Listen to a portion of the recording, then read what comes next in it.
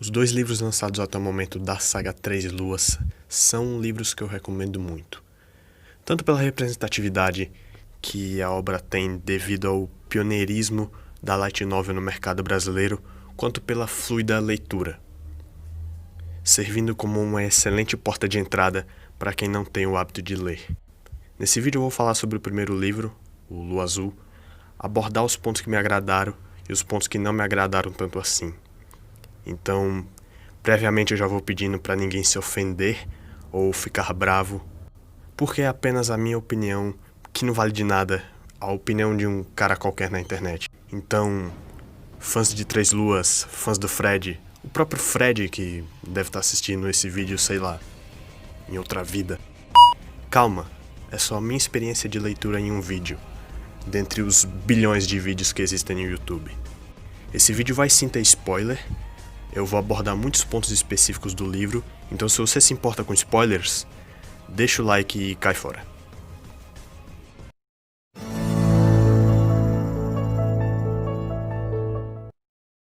Qual a história de Saga Três Luas? Uma civilização extraterrestre é responsável por manter o equilíbrio do universo. Eles fazem isso destruindo planetas.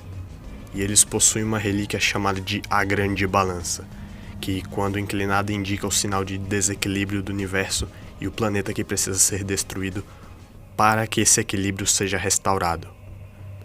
E o planeta da vez é o planeta Terra.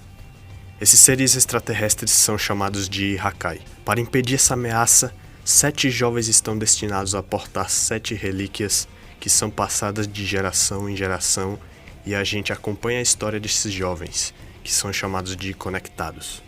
O livro 1 basicamente introduz esse universo e apresenta esses personagens principais. E é aí que eu entro no primeiro aspecto que eu tenho contra esse livro, que é a relação entre os personagens.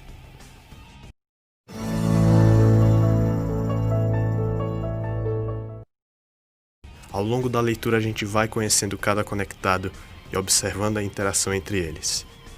Eu não gosto muito como isso acontece. Eu acho a relação entre personagens em Três Luas muito artificial e muito rasa. Você pega o Katsuma e a Yu, por exemplo. Eles são 2 adolescentes que são amigos de infância e são apaixonados um pelo outro. E o foco na relação desses personagens é basicamente nenhum dos dois conseguindo se confessar, e isso acaba ficando meio deslocado dentro dessa trama. O Katsuma simplesmente descobre que a Yu não é a pessoa que ele sempre achou que fosse, e descobre que ela mentiu e escondeu dele um bocado de coisa durante todos os anos de amizade deles. Mas isso acaba meio que sendo ignorado e, em momento nenhum, sendo um empecilho no relacionamento deles. O que acaba sendo um empecilho é eles não conseguindo se confessar um pro outro, porque, sei lá, a língua deles trava ou o universo impede disso acontecer. Aquelas cenas genéricas de um personagem que vai se confessar pro outro e alguém vai e interrompe.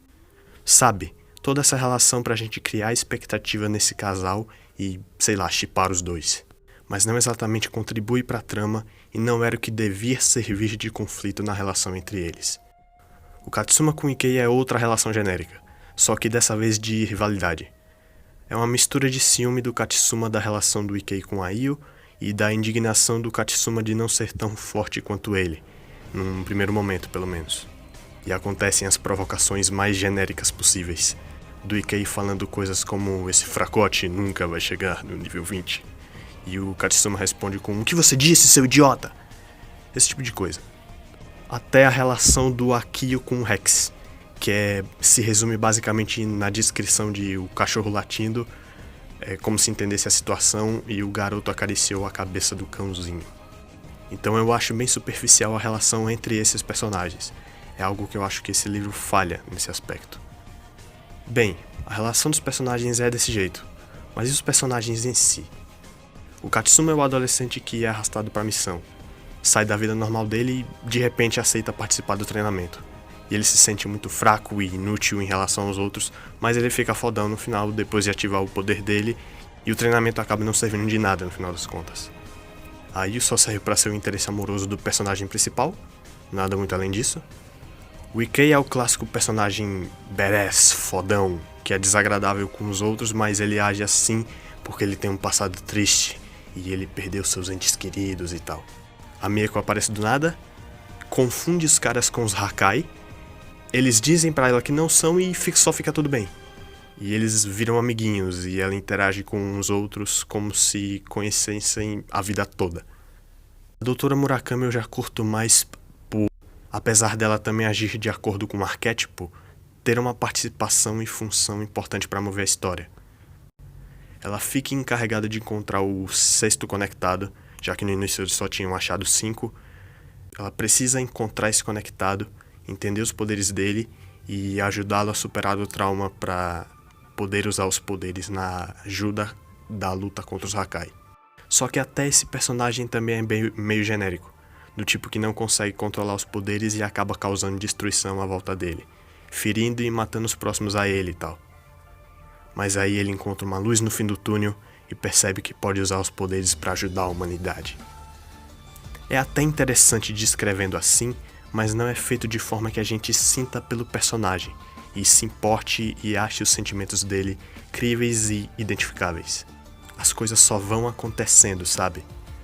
A gente só conhece a informação pelo narrador, mas não sente de verdade pelo personagem. Então os personagens principais por si só também, no geral, são muito sem graça, infelizmente. Por isso eu vou dizer que eu prefiro muito quando muda de cena para mostrar o Império. Nisso eu acho que o livro faz bem.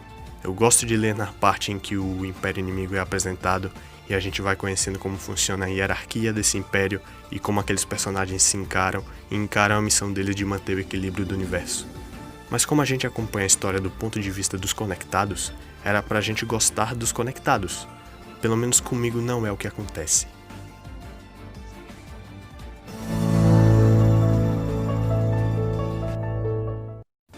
Ok, eu vou concordar que personagens complexos, tridimensionais e hiperdesenvolvidos é um bônus em obras desse tipo, principalmente por ser inspirado em shonens de batalha. Mas o que a gente quer de verdade em shonens de batalha?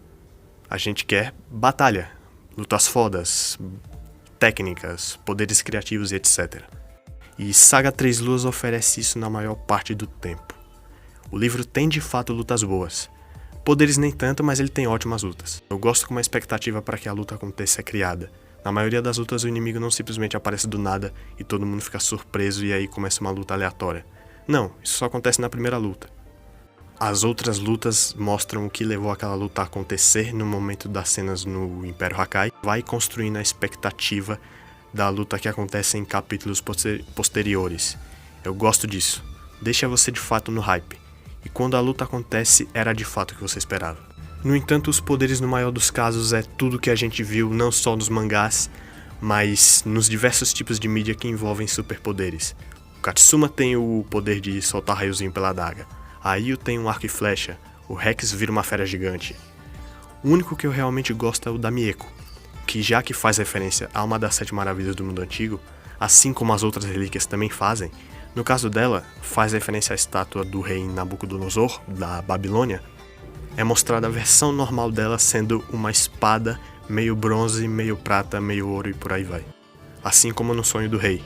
E na Conexão Perfeita, que é a transformação dos conectados, a Bankai dos conectados, a espada dela fica toda dourada. Então isso eu acho criativo, mas é realmente o único momento que acontece. Acaba faltando isso para os outros personagens.